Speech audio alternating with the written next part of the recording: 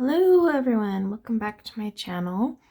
Today I am going to either do this right or completely fail on camera, but hey, it'll be fun. I am going to do a Faber-Castell Gelato's background. I already have a whip ready to go and my gelatos here.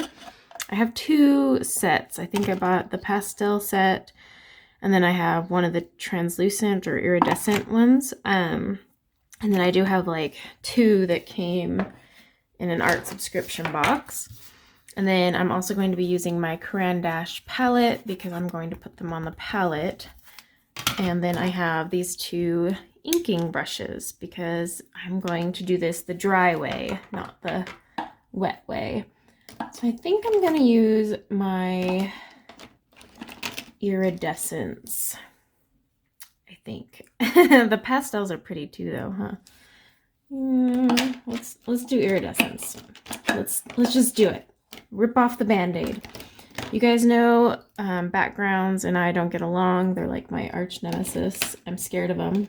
I'm just gonna put that out there. I'm scared of them. They scare me. So yeah, these colors might work well. They might not.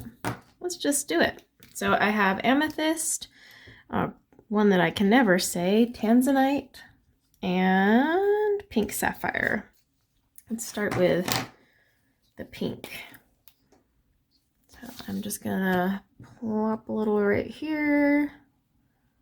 I am using the rougher side because I want it to pull off the crayon-like end of it, if that's even how you're supposed to say or describe it. And I just pick it up and brush it on.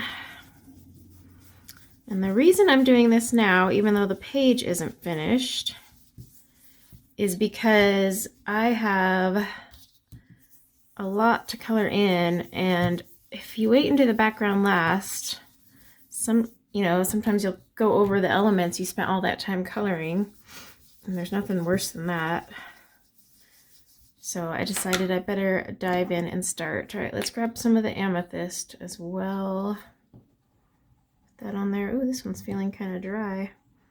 I will say, so they look sparkly when you put them on the palette, but they don't look as sparkly when I apply them dry. I'm also going to get that tanzanite color out. And I'm assuming that's just because, we're kind of, oh, I see a tiny bit of shimmer. You guys aren't going to see it though. All right, I'm just going to leave the lids off. They're not going to be off that long. Fill up my palette again. You do pick up a lot more with this brush.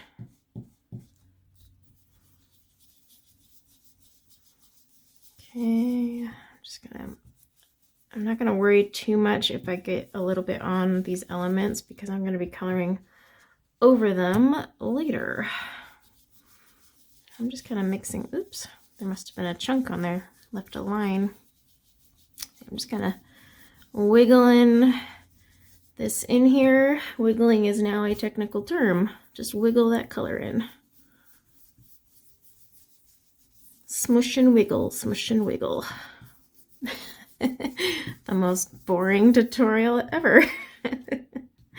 It's really not even a tutorial. I was just like, let's see how we can do. Let's pull this off. Let's see if I can pull this off, because believe it or not, I've actually never used gelatos as a background. I keep buying them, haven't used them. And yeah, decided now is the time to face your fears. And I figured what better way than to do it on camera and then I'll share it. So if I totally fail, well, you guys get some entertainment value. Get some more blue. What's nice is when the blue mixes in, it really comes off more like a purple. So this is quite the workout. I mean, you're really having to like huff and puff and get that color off the brush. Either that or I'm just that out of shape, and I'm leaning towards I'm really just that out of shape. But for now, I'm going to just say it's a workout. I am going all the way to the edges. I'm not really too worried if I get it on my desk because I'm not getting a ton on there. And I will wipe it down. That is why Pledge was invented.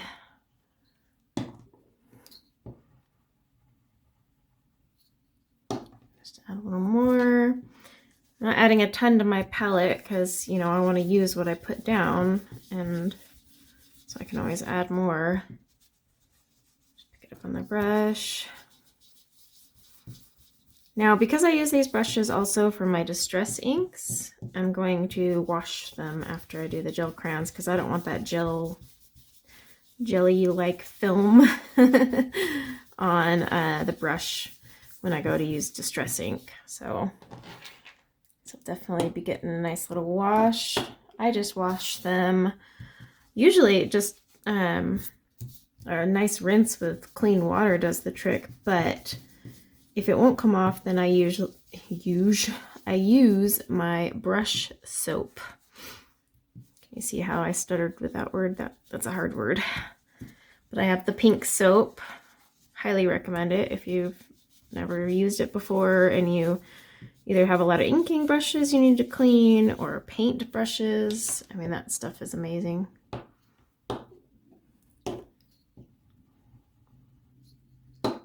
Can't believe it, guys. I am doing a background on a portrait. I mean, this is a monumental event.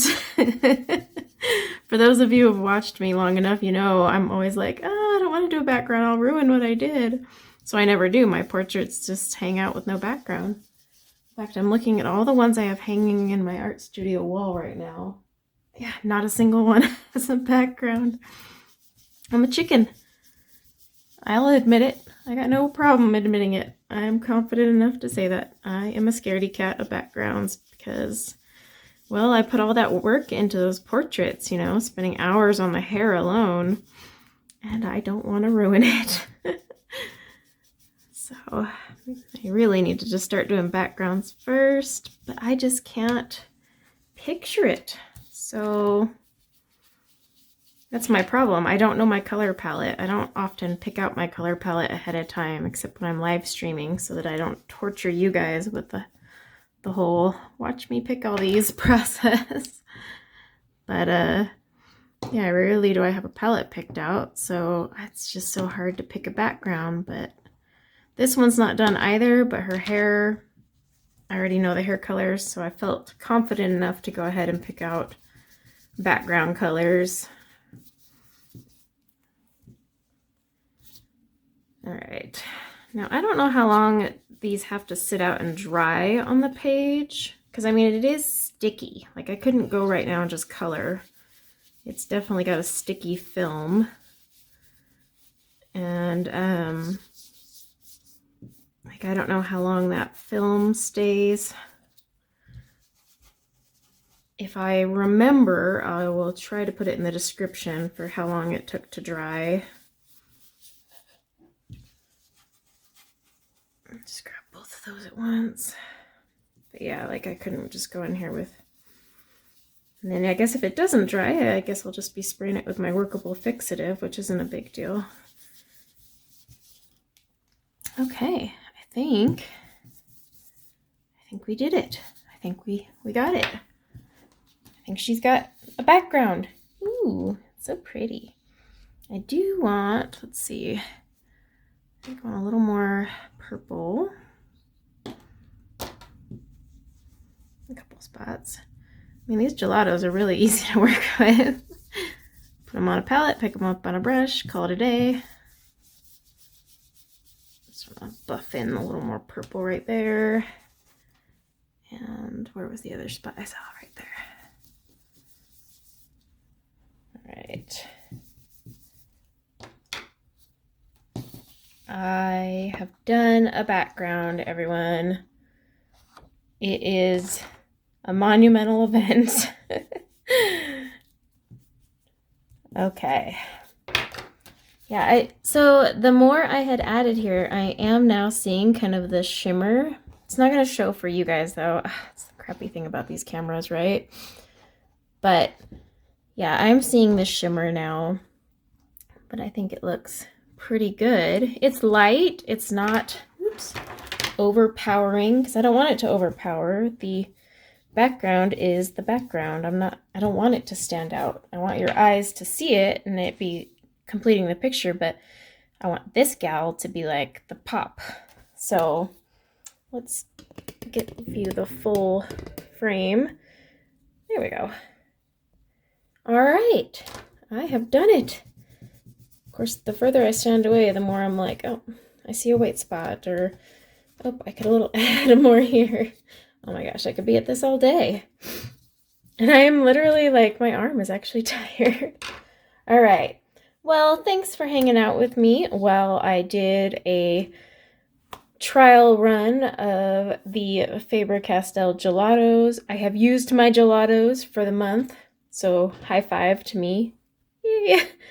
And if you want the colors again, so these are the iridescents. I think there's 2 iridescent sets. I'll link it in the description below as always.